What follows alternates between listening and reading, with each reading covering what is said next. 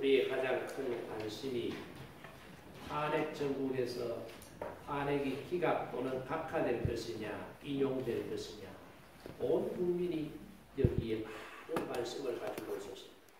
그런데 지난 금요일 날 탄핵이 인용이 되어서 대통령이 파면이 되었고, 이제는 60일 안에 21대 대통령을 선출해야 되는 그런 국면으로 전환이 되어서 온 국민들의 관심이 이제는 누구를 새 대통령으로 뽑아야 되느냐, 거기에 지금 신경을 곤두세우고 있는 것 같습니다. 그러면서 헌법재판소의 재판관들이 쭉 판결문을 읽을 때 보면은 이 정치권에서 서로 포용하고 대화하고 타협하고 그래서 하나의 문제를 해결해 나가는 그런 장이 되어야 된다는 것을 주문한 내용을 보면서 국민 통합이 얼마나 심각하냐, 온 국민들 또한 여기에 관심을 가지고 있는 것 같습니다. 그리고 미국의 대통령이 바뀌면서 미국의 관세 정책이 엄청나게 지금 주변에 있는 무역 국가들에게 부담을 주고 있습니다. FTA로 상호 무역 조약을 맺었던 우리 대한민국도 미국이 관세를 26%나 지금 때려서 수출을 하는 사람들이 지금 큰일 났다. 그런 상황에 있어서 이런 경제에 대한 불안감, 여기에 대해서 관심도 많이 가지고 있고, 또 개인적으로 보면 여전히 텔레비전 종합 채널에 보면 건강보조식품 선전이 여전히 많습니다. 이런 걸 보면 국민들, 개개인들은 건강에 대해서 많은 관심을 가지고 있구나 하는 것도 볼 수 있고, 우리 주변에도 우리 교인들 중에도 보면은 자녀들이 교육을 위해서 대구 무슨 구로 이사를 가고 하는 그런 모습을 볼 때에 여전히 자녀 교육에도 관심이 많은 것 같다는 생각이 듭니다. 이런 많은 관심거리들이 우리 가운데 또 우리 국민들 가운데 있지만은 이런 관심들 중에서도 가장 마지막으로 올라가면 남는 게 하나가 있는데 그게 뭐냐? 경제가 좋아져야 된다. 먹고 살기가 편해야 된다. 여기에 관심이 집중되는 것으로 여론조사에도 보면 나타난 것을 보면 알 수가 있습니다. 그러니까 성경에도 보면은 이 물질이 얼마나 중요한지에 대해서 성경이 여러분은 모르실지 몰라도 엄청나게 많은 장을 할애해서 기록하고 있다는 것을 알 수가 있습니다. 예수님께서도 물질에 대한 이야기를 많이 하셨는데 그게 예수님의 비유 가운데 등장을 합니다. 예수님이 사용하신 비유가 복음서에 보면 약 한 38개 정도 되는데 그 중에 16개 정도가 물질과 관계된 비유를 예수님께서 예화로 들고 있습니다. 그리고 복음서의 6분의 1 정도가 뭐에 대한 말씀이냐? 돈과 물질에 대한 말씀으로 기록이 되어 있고요. 산상수훈 가운데 3분의 1이 뭐냐? 돈과 소유에 관한 내용을 예수님께서 제자들과 무리에게 말씀하신 것을 볼 수가 있습니다. 자, 이런 것을 근거로 해서 볼 때 성경에서도 물질에 대해서 엄청나게 많은 관심을 가지고 있구나 하는 것을 우리에게 말해주고 있습니다. 이런 사실을 통해서 물질이 하나님을 믿는 하나님의 자녀들에게 그들이 이 땅에서 신앙생활하는 동안에 얼마나 많은 연관성이 있는지 그리고 영향을 미치는지에 대해서 설명하고 있다는 것을 알게 됩니다.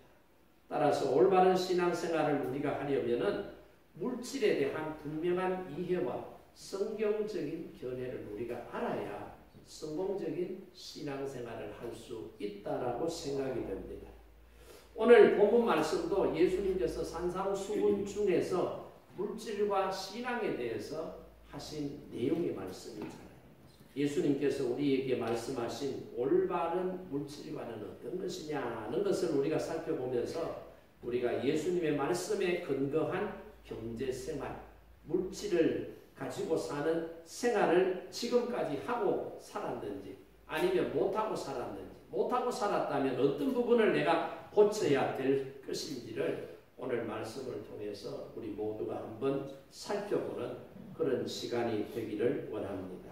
자, 예수님께서는 우리에게 어떤 생각을 가지고 어떤 물질관을 가지고 살라고 말씀했느냐. 첫 번째는 보면은 우리의 보물을 하늘에 쌓아두라. 그렇게 말씀하셨어요. 19절 20절 말씀해 보세요. 19절과 20절 말씀해 보면 너희를 위하여 보물을 땅에 쌓아두지 말라. 거기는 좀과 동록이 해하며 도둑이 구멍을 뚫고 도둑질하느니라. 오직 너희를 위하여 보물을 하늘에 쌓아두라. 거기는 좀이나 동록이 해하지 못하며 도둑이 구멍을 뚫지도 못하고 도둑질도 못하느니라. 그렇게 기록하고 있습니다. 예수님은 보물을 땅에 쌓아두지 말고 하늘에 쌓아두라. 그렇게 말씀하셨습니다. 여기서 말하는 하늘은 어디?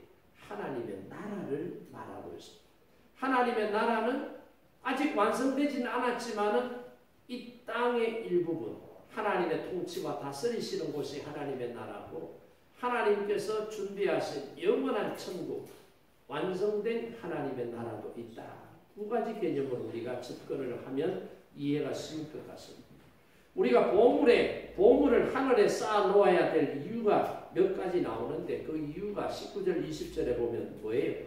땅에 쌓아두면 안전하지 않기 때문에 보물을 하늘에 쌓아두라. 그렇게 말씀하셨어요. 왜 땅에 쌓아두면 안전하지 않느냐? 안전하지 않는 이유가 뭐예요? 땅에는 좀과 동록이 있기 때문에 그렇다. 도둑놈들이 도둑질해가기 때문에 그렇다라고 예수님께서 설명하고 있는 것을 볼 수가 있습니다. 예수님 당시에는 일반적으로 세 가지 종류의 보물이 있었습니다. 첫째 보물이 뭐냐? 우리가 입고 있는 옷이에요. 요즘 우리는 옷이 흔한 시대에 살아요. 옷이 낡아 헤어져서 옷을 못 입고 버리는 게 아니라 유행이 지나면은 옷을 버리죠. 그래서 우리가 못 입는 옷을 헌옷 수거함에 이렇게 버려놓으면 이 옷들이 수집하는 사람들의 손에 의해서 산더미같이 이게 보면은 제3세계 아직도 경제적으로 낙후된 힘들고 어려운 나라들로 이게 킬로그램으로 달아서 수출이 되고 그 사람들이 막 입고 다녀요. 그래서 가끔씩 선교하러 나가보면은 막 우리 한글이 막 옷에 등 쪽에 뒤에 막 쓰여 있고 한국 브랜드가 앞에 이렇게 마킹이 되어 있는 것을 보게 되잖아요. 그만큼 우리나라 사람들은 옷이 흔하기 때문에 옷이 귀한 줄 모르고 살아가고 있어요. 근데 불과 몇십 년 전만 하더라도 보세요. 옷이 얼마나 귀했어요. 양말이 떨어지면 그거 버렸습니까? 키웠어요. 키워가지고 양말. 발가락 끝이나 뒤꿈치 쪽에 떨어지면 그거 실로 키워가지고요. 옷도 떨어지면 어떻게 해요? 못 쓰는 천 가지고 와서 거기에 덧대가지고 어떻게 키워서 옷을. 불과 몇십 년 전이에요. 옷이 귀했다. 예수님 당시에는 옷이 더 귀했어요. 예수님께서 십자가 위에 매달려 죽으실 때 보세요. 예수님의 옷을 다 벗기고 십자가에 매달았잖아요. 그랬을 때 밑에 있었던 로마의 군인들이 예수님의 옷을 뭐 했다고 그랬어요? 제비뽑기에서 나누어 가졌다. 그렇게 성경에 보면 기록되어 있는 걸 보잖아요.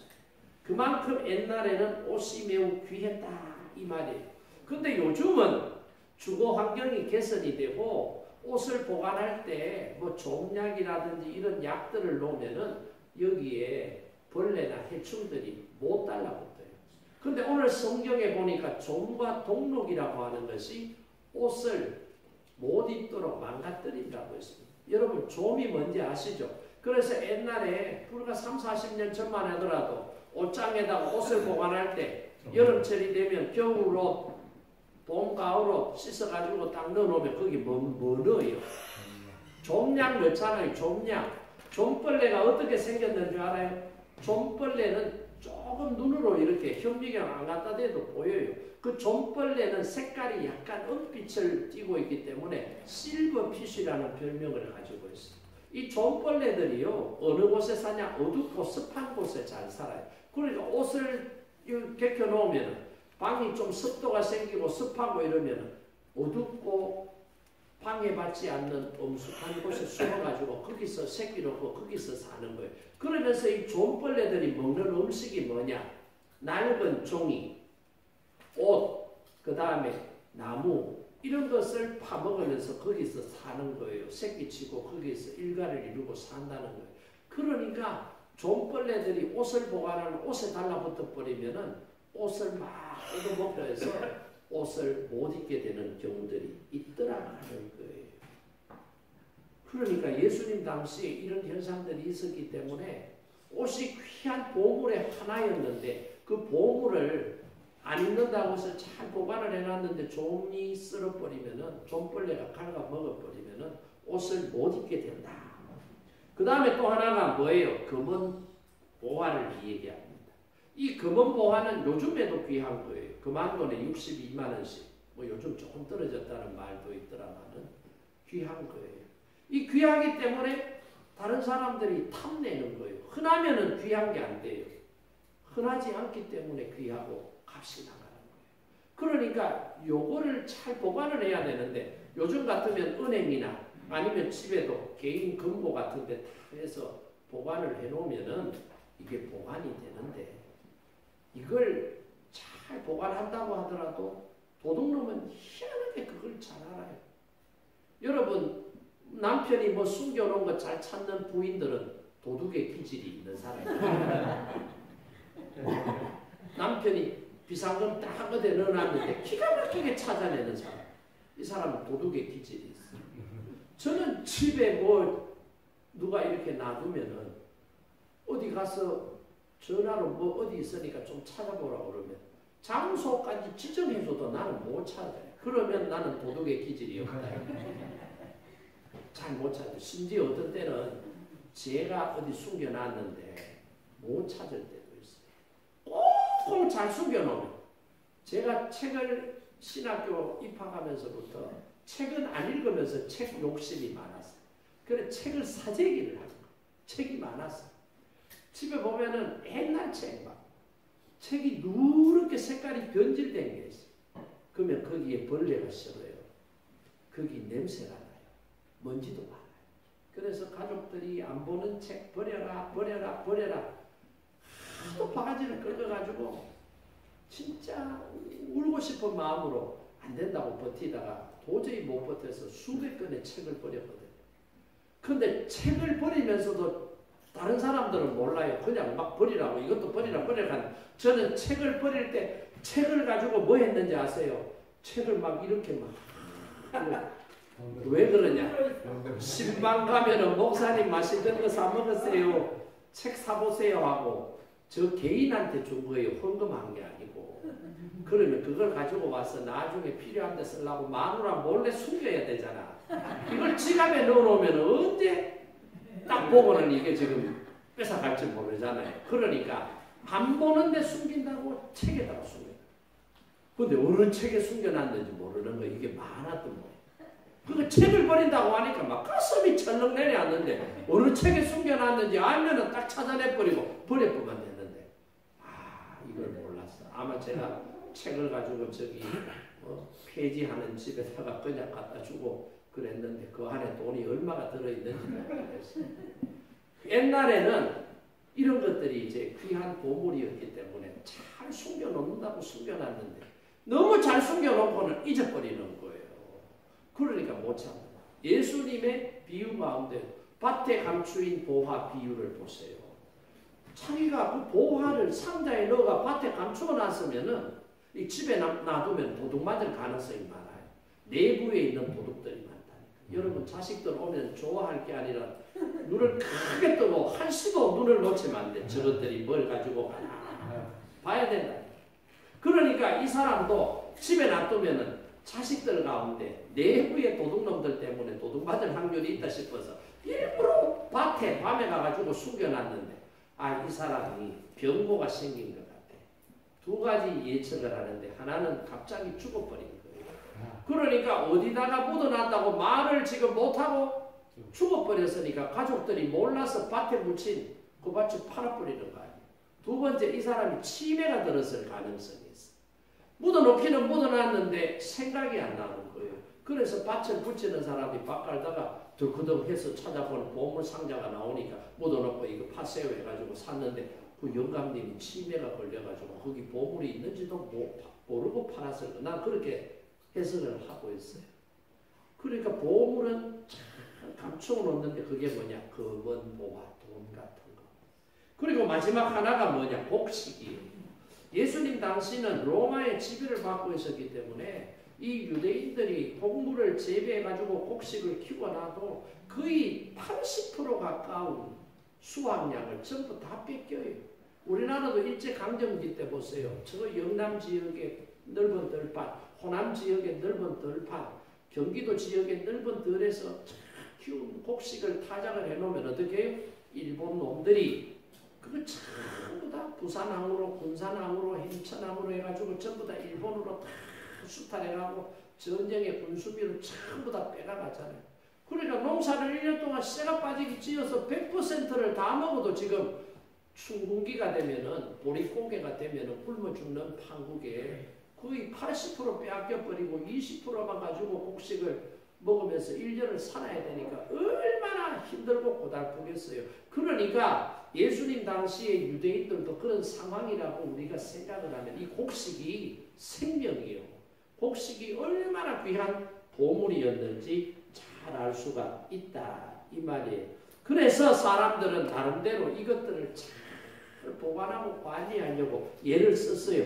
근데 20절 말씀해 보세요. 20절 말씀해 보면 오직 너희를 위하여 보물을 하늘에 쌓아두라. 거기는 좀이나 동록이 해하지 못하며 도둑이 구멍을 뚫지도 못하고 도둑질을 하지도 못하느니라. 그래서 땅에 이렇게 귀한 옷이라든지 보화라든지 곡식을 저장해 두니까 종과 동록이 망가뜨려 버리고 도둑들이 훔쳐가 버리니까 내 것이지만 내 것이 안 되더라는 거예요. 문제가 발생이 되더라는 거예요. 그러니까 내가 아끼고 소중하게 여기는 보화들을 땅에 보관하지 말고 어디다 보관을 하라고요? 하늘에다가 보관을 해야 된다.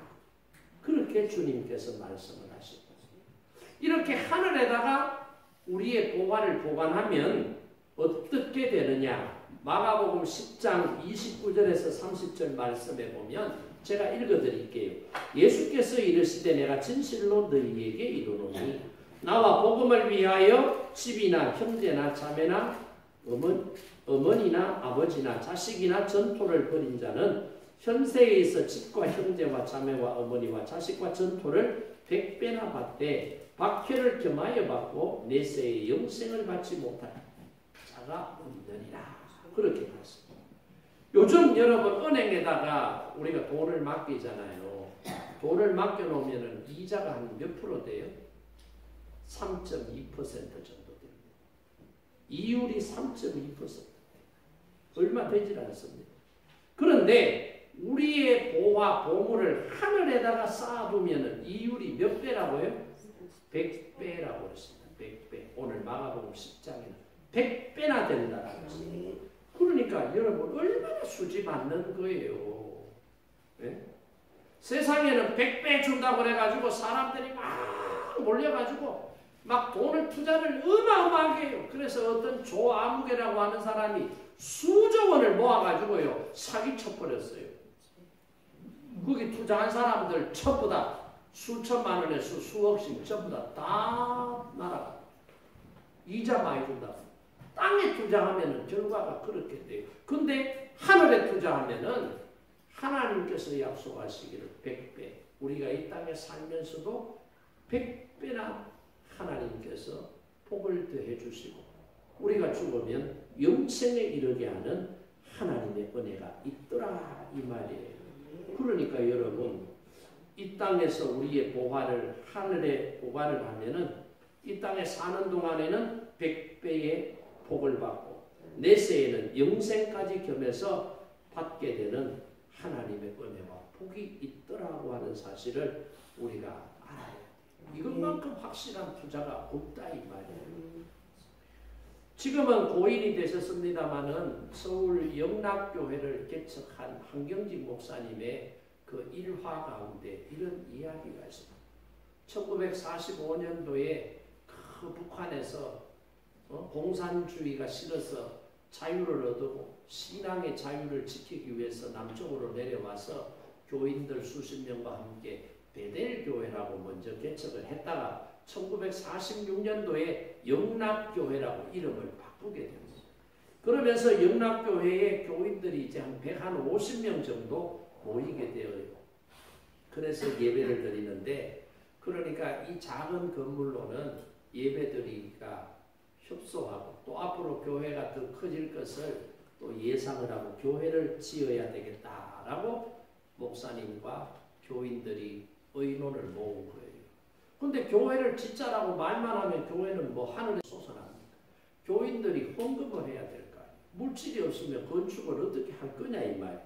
근데 돈은 없는 거예요. 그래서 이 한경직 목사님이 기도하면서 성전 기공 예배를 이제 드려야 되는데, 기공 예배를 드리기에 앞서서 교인들에게 광고를 한 거예요. 교인들에게 이제 교회를 지어야 되는데, 교회를 지으려고 하면 물질이 필요합니다. 여러분들이 10일치 분량의 양식만 남겨놓고 나머지는 전부 하나님 앞에 헌금할 사람만 교회 기공 예배에 참석하십시오. 그렇게 말씀을 한 거예요. 그러니까 이제 150명의 교인들에게 그런 소문이 쫙 퍼지잖아요. 그 말씀을 들었던 사람. 그러니까 이제 기공 예배를 드리는 날짜가 되기 전까지 사람들이 뭐 해요? 갈등할 거 아니에요? 고민할 거 아니에요? 기도할 거 아니에요? 그러면서 이제 시간이 되어서 성전 기공 예배를 딱 드리는데, 열흘치 분량의 식량만 남겨놓고 하나님 앞에 다 드리기로 작정한 사람만 성전 건축 기공 예배에 참석하라 그랬더니 150명 가운데 몇 명이 참석했느냐? 53명이 참석을 하더라. 97명은 열흘치 먹을 양식만 남겨놓고 헌금 다 하면은 10하루째 되는 날 우리는 다 굶어 죽어야 되나? 우리는 못 산다. 우리는 그래 못한다. 교회를 옮기면 옮겼지. 그렇게는 못해 하고 안 나온 거예요. 그래서 그 53명이 나와서 성전 기공 예배를 드리고 열흘치 식량만 남겨놓고는 자기의 전 재산을 다 모아가지고 교회 짓는데 헌금을 다 했다는 거예요. 그래서 교회를 지었어요. 그리고 30년 세월이 딱 지났어요. 30년 후에 30주년 교회 설립 기념 예배를 딱 드리면서 한경직 목사님이 그때 교회를 건축할 때 53명이 열흘 먹을 양식만 남겨놓고 헌금했던 그 사람들이 지금 어떻게 살아가는지 자기가 조사를 한 사람 한 사람 한 사람 다 해봤더니 신기한 결과가 나왔는데, 여러분 53명이 어떻게 됐겠어요? 10하루째 날 양식 떨어져서 그때부터 굶어서 힘들게 살았을까요? 재산 다 팔아서 교회 헌금하고 나니 돈이 없어서 길거리로 나 앉았을까요? 그래서 거지가 되었을까요? 아니라는 거예요. 30년 세월이 딱 지냈는데 그 53명과 그 가족들이 대한민국에서 300사람들 안에 드는 부자들로 다 하나님께서 세워놓으시더라는 거예요. 이거 신기한 일 아니에요? 이거 거짓말 아니에요. 이거 서울 영락교회 한경직 목사님 간증에도 나옵니다. 53명이 대한민국에서 잘 사는 부자들 300명 가운데 이 53명이 다 들어있더라는 거예요. 그러니까 하나님께서 마가복음 10장에서 말씀하신 이 말씀이 맞아요? 틀려요? 하나님의 말씀은 뻥이 아니에요. 믿음으로 실천하면 하나님께서 반드시 믿음으로 사는 사람에게 은혜와 복을 더해 주시는 줄로 믿습니다. 그래서 21절에 보세요. 너의 보물이 있는 그곳에 뭐가 있다고요? 마음이 있다고 했습니다. 마음이 가면 물질이 가게 되고요. 물질이 가면 뭐가 간다는 거예요? 마음이 가게 돼 있다는 거예요. 보물이 있는 곳에 마음이 있기 때문에 하늘의 보물을 쌓아두면 우리가 하늘의 마음을 두고 사는 거예요. 하늘의 보물을 쌓는 저와 여러분 되기를 주님의 이름으로 축복합니다. 어떤 교회의 남자 집사님 두 사람이 모처럼 금요일날 기도원에 철야 기도하러 가자. 그래서 기도하러 올라갔어요. 그때가 한여름이에요. 그래서 금요일날 일을 다 마치고 이제 기도원에 올라가기로 하는데 한 사람 차를 타고 간 거예요. 자가용을 타고 올라가는데 갑자기 소나기가 억수같이 쏟아지는 거예요. 기도원이 이제 산 중턱에 있었기 때문에 산 중턱까지 승용차로 타고 올라가는데 도로가 좀 험했던가 봐요. 도로도 넓지 않았던가 봐요. 그래서 한쪽은 산기슭을 물고 있고 한쪽은 산에서 내려오는 물이 흘러내리는 큰 또랑이 있었던가 봐요. 길이 좁고 비가 옥수까지 쏟아지는 저녁이었기 때문에 운전을 하던 이 집사님이 그만 실수를 해서 한쪽 바퀴가 또랑에 걸치면서 차가 기울어져 버린 거예요. 아무리 용을 써도 안 돼요. 그 밤에 지나가는 사람도 없고 그래서 어쩔 수 없이 차를 이대로 놔두고 우리가 기도원에 올라가서 같이 기도하고 내일 날이 밝으면 그때 도움을 청하든지 해서 차를 끌어올리자.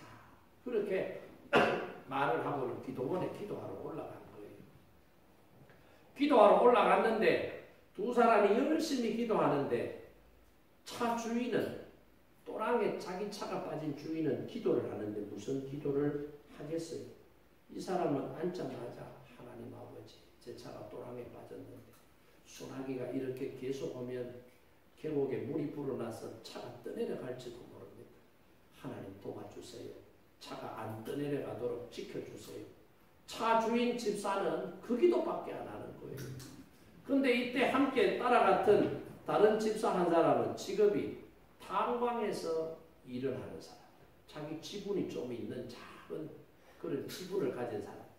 비가 옥수같이 쏟아지니까 탄광이 물 파가지고 지금 땅속으로 들어가서 탄을 깨내잖아요.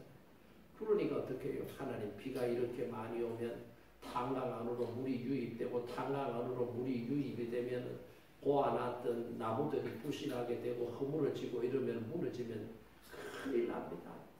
우리 탄광 안에 물이 안 들어가도록 지켜주세요. 밤새도록 그 기도를 하더라는 거예요.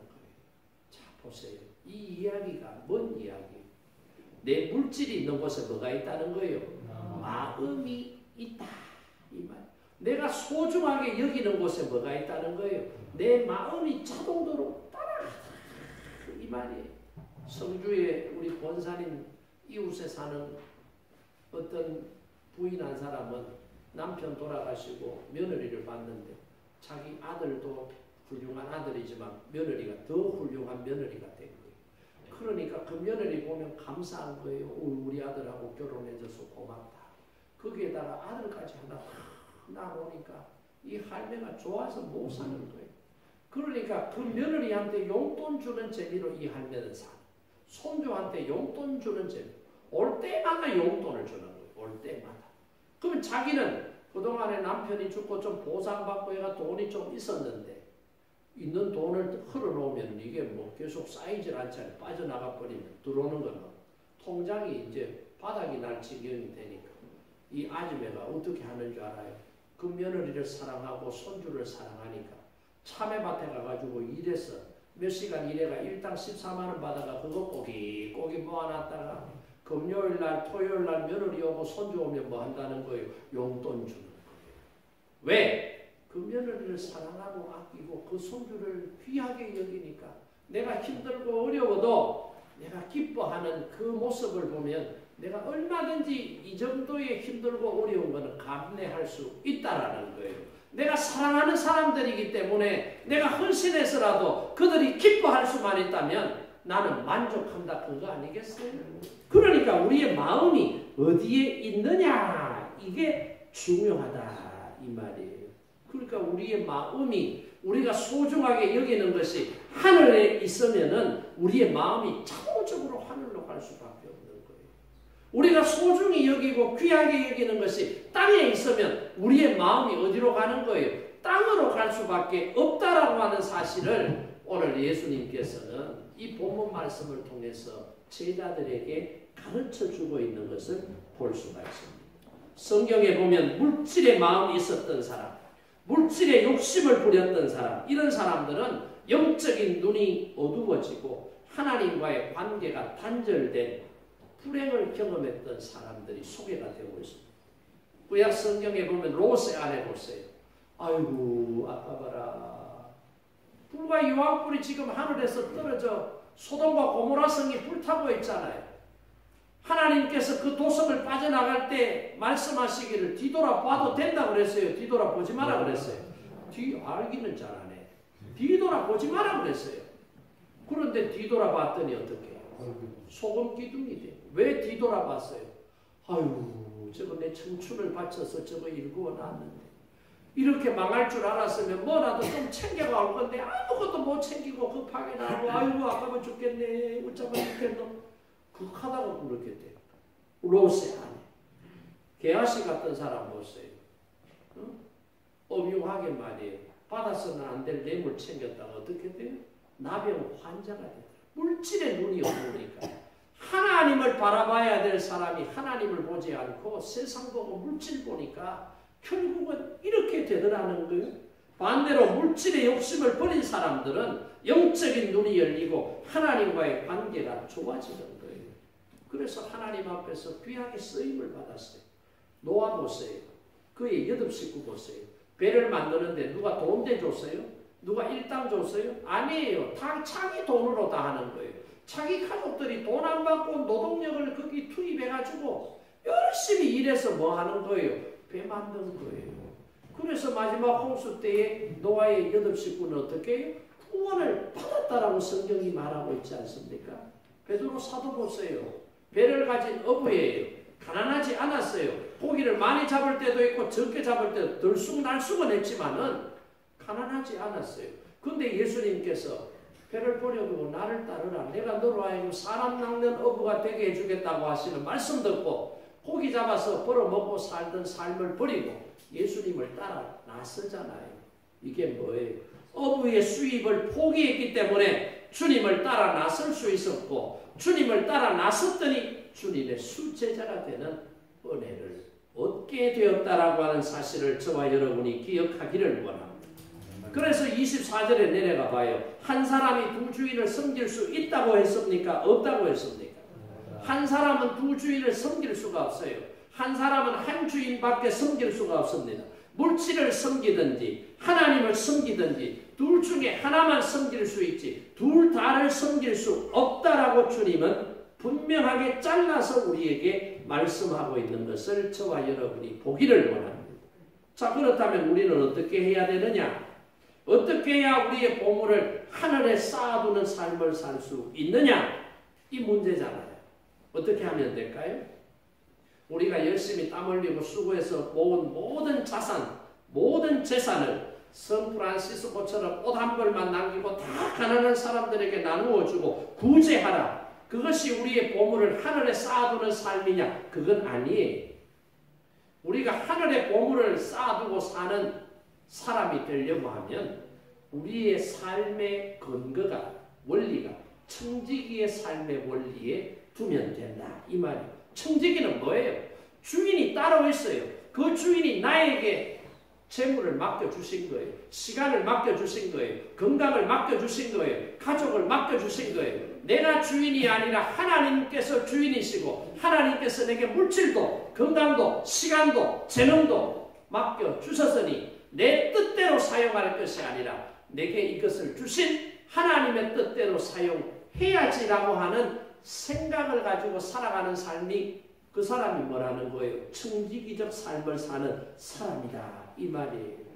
그러니까 저와 여러분이 하늘의 보화를 쌓는 지혜로운 사람이 축복받은 사람이 되려고 하면 이런 청지기의 원리를 깨닫고 믿음으로 살아가면 된다라는 사실을 오늘 다시 한 번 더 알고 저와 여러분은 청지기로 살아가는 그래서 보물을 하늘에 쌓아두는 지혜로운 하나님의 사람들이 되기를 주님의 이름으로 축복합니다. 네. 자, 그리고 25절 말씀 보세요. 거기에 보면은 그러므로 내가 너희에게 이르노니 목숨을 위하여 무엇을 먹을까 무엇을 마실까 몸을 위하여 무엇을 입을까 염려하지 말라. 목숨이 음식보다 중하지 아니하며 몸이 의복보다 중하지 아니하냐. 그렇게 말씀하셨어요.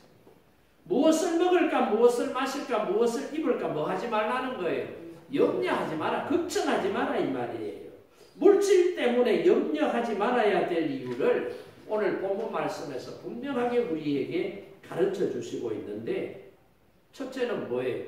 염려는 아무리 해도 우리의 신앙생활과 삶에 도움이 안 된다 이 말이에요. 염려라고 하는 단어가 헬라 원어에 보면 메린나우라고 하는 단어를 쓰는데 메린나우라고 하는 이 단어의 뜻은 마음을 나눈다라는 의미예요. 마음을 나눈다. 우리가 하나님을 믿는다면 우리의 마음이 하나님 앞에 집중해야 되는데 우리의 마음이 나뉘어지는 거예요. 뭘로 나뉘어지는 거예요? 하나님과 재물로 나뉘어지는 거예요. 이게 뭐예요? 염려라고 하는 메린나우가 가지고 있는 뜻이에요. 그러니까 진짜 염려하는 사람들은, 걱정이 많은 사람들은 하나님을 믿는다는 거예요? 안 믿는다는 거예요? 안 믿는다는 거예요. 제대로 안 믿는다는 거예요. 여러분의 배우자가 몸은 여러분하고 같이 사는데 마음은 다른 사람한테 가 있으면 그게 정상적인 부부 관계요, 정상적인 가정 생활이 되겠느냐 이 말입니다. 되겠어요, 안 되겠어요? 대답 안 하는 거 보니 모르시는 모양이에요. 저는 제 외삼촌이 바람을 펴가지고 첩을 두고 살았기 때문에 난 어릴 때부터 그걸 보고 자랐어요. 우리하고 한 동네 살아.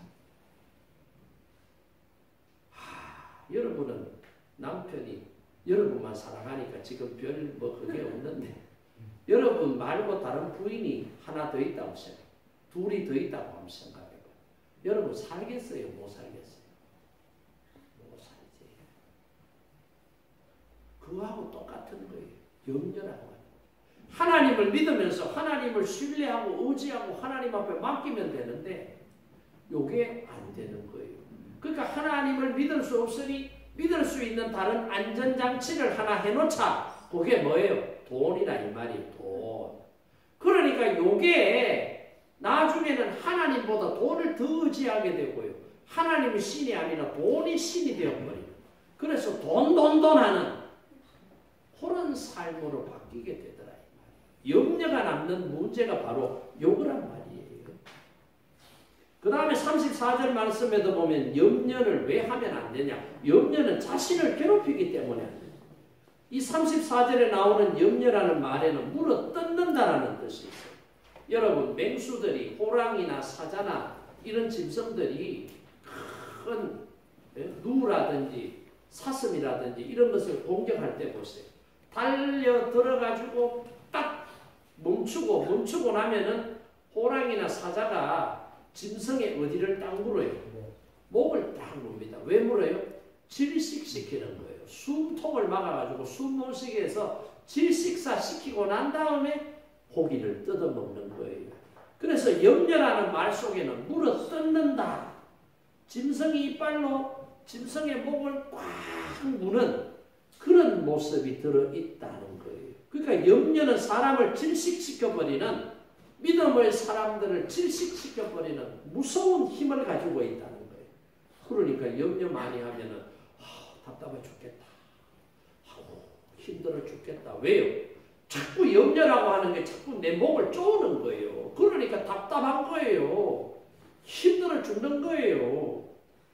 잠언 17장 22절에도 보세요. 뭐라고 말씀하고 있어요? 마음의 즐거움은 양약이라도 근심은 뼈를 마르게 한다고 그랬잖아요. 그만큼 염려라고 하는 게 우리에게 고통을 가중시켜주는, 우리를 괴롭히는 놈이라는 사실을 예수님께서 알아라 이 말이에요. 그렇기 때문에 뭐 하지 말라는 거예요? 염려하지 마라 이 말이에요. 그리고 세 번째 염려는 뭐예요? 아무리 염려해봐도 안 된다 이 말이에요. 키 작은 사람이 키 좀 컸으면 좋겠다. 아무리 생각해봐요. 돼요 안 돼요? 안 됩니다. 왜 안 되는지 아세요? 이미 유전인자가 그 사람은 170cm까지 크면 멈춤이요. 부모님이 키가 크면은 그 밑에도 키 큰 사람들이 있으면 자식들은 키가 차연히 커요. 서장훈이 같은 사람이 김영경이 같은 사람하고 결혼하면 그 애는 크겠어요? 안 크겠어요? 큰 사람이 나오는 거예요. 성경에도 보세요. 아낙 자손들, 네피림 후손들은 키가 크고 덩치가 크기 때문에 그 사람들은 아이를 낳으면 어떤 애는 키 크고 어떤 애는 작은 애가 안 나와요. 전부 다 키 큰 애들만 나오는 거예요. 그런데 키 작은 유전인자를 가진 사람이 키 좀 크면 좋겠다라고 아무리 걱정을 하고 해도 키가 커요 안 커요? 안 된다 이 말이에요. 그러니까 안 될 일을 뻔히 알면서 걱정하지 말란 말이에요. 걱정한다고 해서 문제가 해결된다 안 된다? 안 된다 이 말이에요. 안 되는 건 포기하는 거예요. 어떤 사람이 그렇게 설명을 하대요. 염려라고 하는 게 뭐냐? 우리가 차를 운전하잖아요. 차를 운전하면은 기어가 있습니다. 오토매틱도 D도 있고 P도 있고 N도 있고 R도 있어요. 4개의 글자가 있는데 기어를 어디에다가 갖다 놓느냐에 따라서 차가 다르게 움직여요. R에 갖다 놓으면 밟으면 뒤로 가요. D에 갖다 놓으면 밟으면 앞으로 가요. 근데 N에 갖다 놓으면은 여러분이 악셀레이터를 아무리 밟아도 차가 가요 안 가요? N은 중립이거든요. 공회전만 하는 거예요. 아무리 운전하는 사람이 핸들을 붙잡고 다리에 힘을 주고 악셀레이터를 밟으니까 웽 소리는 나는데 차가 가요 안 가요? 안 가는 거예요. 기름만 소모되고 소리만 웽웽하지 안 가는 거하고 똑같아요. 염려가 이런 이치란 말이에요. 중립에 놔놓으면 아무리 악셀레이터 밟아도 차 안 가요. 뒤에 놔야지 앞으로 가고요. 아래 이 원리를 우리가 알아야 되는 거예요. 이 원리를 모르니까 자꾸 염려. 아이고 우야만 좋노. 아이고 우야만 좋노. 100날 해봐요. 101날까지 해결 안 된다. 우야만 좋노는. 염려하지 말란 말이에요. 그래서 아스랭크라고 하는 사업가가 있었는데 이 사람은 큰 사업을 하는 사람이 아닌데 이 사람도 사업을 하다 보니까 걱정이 하도 떠날 날이 없는 거예요. 수급을 해야 되는데 수급이 잘 안 돼요. 물건을 팔아야 되는데 물건이 잘 안 팔려요. 그러다 보니 돈이 없으니 직원들 월급 준 날은 막 하루가 다르게 다가오는데 돈은 안 들어오고 장사는 안 되니까 걱정이 태산 같은 거예요. 그러니까 사업을 하면서도 한시도 염려에서 벗어날 날이 없는 거예요. 그러니까 야 이거 참 인생이 이렇게 힘드나. 이렇게 힘들게 사업해가지고 뭐 하겠나. 어느 날 회의가 들더라는 거예요. 그러면서 어느 날 문득 이런 생각이 내가 이렇게 한 시간도 염려에서 벗어나서 자유롭게 내가 편안하게 사는 시간이 없고 날이 없는데 내가 이놈의 염려를 좀 떨쳐버리는 방법이 없겠나 생각을 딱 하다가 찾아낸 방법이 뭐냐. 아하 내가 매일 몇 시간마다 하루도 빠지지 않고 염려할 게 아니라 염려하는 날을 하루 딱 만들어놨자. 요 날은 염려의 날이다. 그래가지고 그날 하루만 염려하고 나머지는 내가 염려 안 하고 좀 편하게 살자. 살아도 이게 사는 게 아니다 싶어가지고 염려함을 하나 만들었어요. 여러분 우편함을 만들었어요. 그리고는 그 염려함을 여는 날을 매주 수요일로 정했대요. 그리고는 월요일날 아침에 점심에 오후에 저녁에 밤에 염려거리들이 있으면 써가지고 거기 통에 다 집어넣는 거예요. 집어넣고 잊어버리는 거예요. 수요일날 열어보지. 그래가지고 한 주일 딱 살고 한 주일 살면서 수요일날 딱 돼가지고 월요일날 염려했던 거, 화요일날 염려했던 거, 목요일날, 금요일날, 토요일날, 주일날 염려했던 내용들을 딱 끄집어내 보니까 아이고 시간 지나고 보니까 실제로 염려할 게 별로 없더라는 거예요. 그 당시는 이게 막 큰일 난 것처럼 막 염려 근심이 돼서 우야만 좀 너 어떻게 할고 쉬는 소리를 내면서 불안해하고 아파했는데 일주일이 지나서 딱 열어보니까 일주일 안에 해결된 게 많더라는 거예요. 우리의 염려도 이런 유의 염려예요. 그러니까 여러분 이 아스랭크와 같이 사람들은 염려하지 않아도 될 만한 염려를 붙잡고 사는 거예요. 이렇게 사는 사람은 지혜롭지 못한 사람, 어리석은 사람들. 하나님께서 우리의 필요를 공급해 주시기 때문에 염려하지 말으라고 말했습니다. 오늘 26절에 보세요. 28절, 29절, 30절 말씀해 보세요. 하나님께서 염려하지 마라. 왜 염려하지 마라? 26절에 보세요. 공중의 새를 보라. 심지도 않고 거두지도 않고 창고에 모아들이지도 아니하되 너희 하늘 아버지께서 기르시나니 너희는 이것들보다 귀하지 아니하냐. 공중의 새가 여러분 타작해가지고 겨울 동안에 먹을 양식을 창고에 들여놓는 거 본 사람 있어요 없어요? 바다 가면 이상한 사람. 제비가 있잖아요. 요즘은 제비들이 많이 없는데 제비들이 새끼를 치면 보통 5마리, 6마리 이렇게 새끼를 쳐요. 그러면 3주 정도 이 어미 아빠 제비가 새끼들의 먹이를 날라다 준다는 거예요. 3주 정도 이 제비 어미 아빠가 새끼들에게 먹이를 쫙 날라다 주는데 하루 평균 5마리, 6마리 새끼를 키우는데 얼마만큼의 벌레를 잡아 먹이느냐? 7,000마리 정도를 잡아 먹는다. 하루에 7,000마리.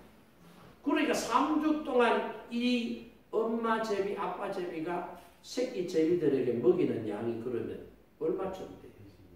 15만 마리. 37이 21만 마리.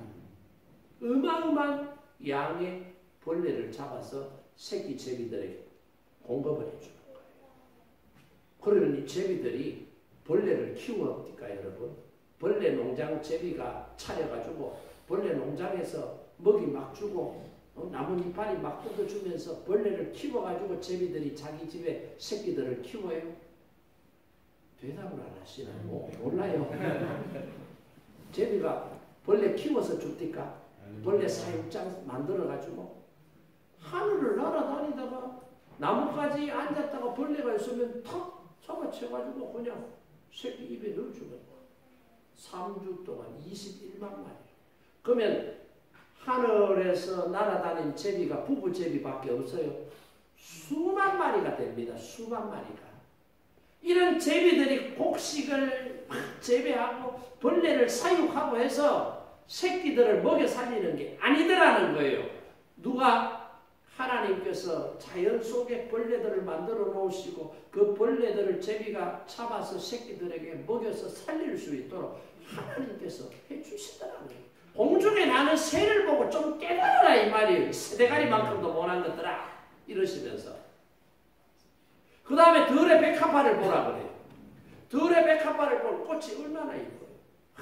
요즘 3월 여러분 행복하잖아요.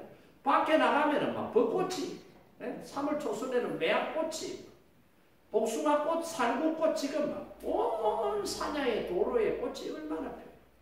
꽃 보면 예쁘잖아요. 그렇죠? 네. 오늘 성경에도 들의 백합화를 보라고 했어요.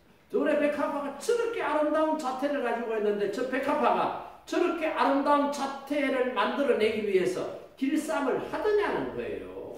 씨를 뽑아서 천을 만들고 천을 오려서 저렇게 모양을 내고 모양을 내서 저렇게 예쁘게 되었느냐는 거예요. 아니잖아요. 때가 되니까 하나님께서 따뜻한 바람을 불고 비를 주시니 햇볕을 주시니 그래서 때가 되니까 꽃이 피는 거 아니에요. 자기 스스로 막 옷 만들자 무슨 색깔 옷으로 무슨 천을 가지고 올까? 아니다 이 말이에요. 이런 것을 보고 우리가 배워야 된다 이 말이에요. 그래서 베드로전서 5장 7절 말씀에 보면 너희 염려를 다 주께 맡겨라. 이는 그가 너희를 돌보시리라. 할렐루야. 네. 저와 여러분의 염려를 주님께 맡기기를 원합니다. 네. 주님께 맡기면 주님께서 돌보신다고 하셨습니다.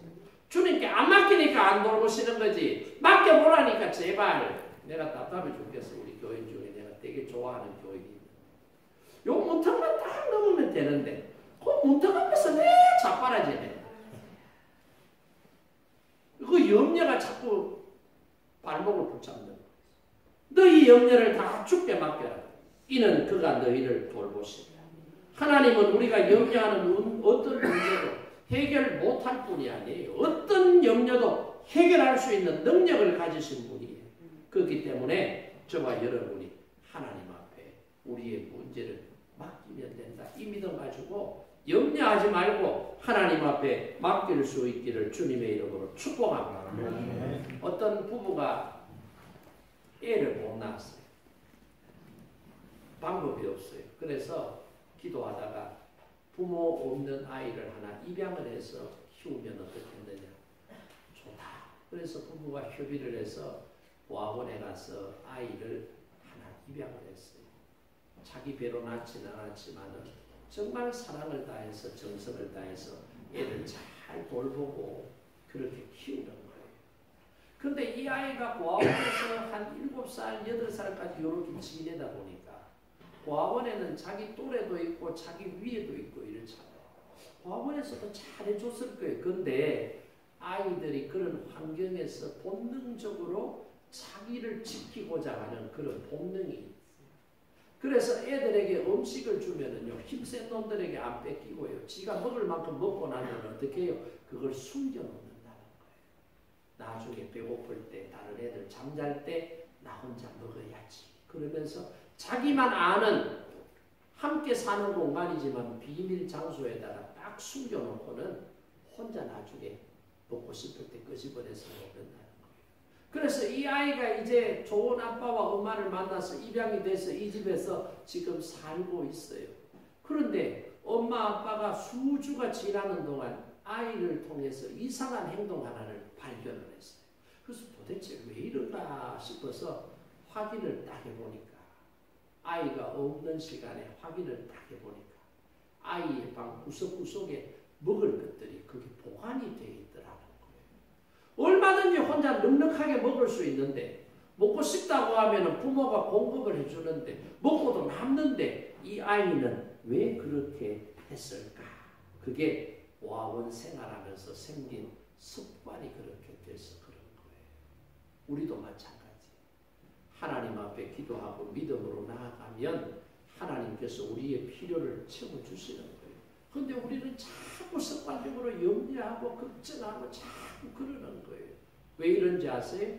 하나님을 믿지 못하기 때문에 그렇다는 사실을 다시 한번 더 깨닫고, 오늘 이 시간부터 조금만 하나님을 믿는 것이 아니라 99.9% 하나님을 믿는 것이 아니라 100% 하나님을 신뢰하고 하나님을 믿는 저와 여러분 되시기를 원합니다. 그래서 하나님께서 주시는 이 놀라운 은혜와 축복을 받아 누리는 우리 사랑하는 성도 여러분의 삶이 되시기를 주님의 이름으로 축복합니다. 우리 자리에서 일어나셔서 함께 오늘 주신 말씀을 붙잡고 결단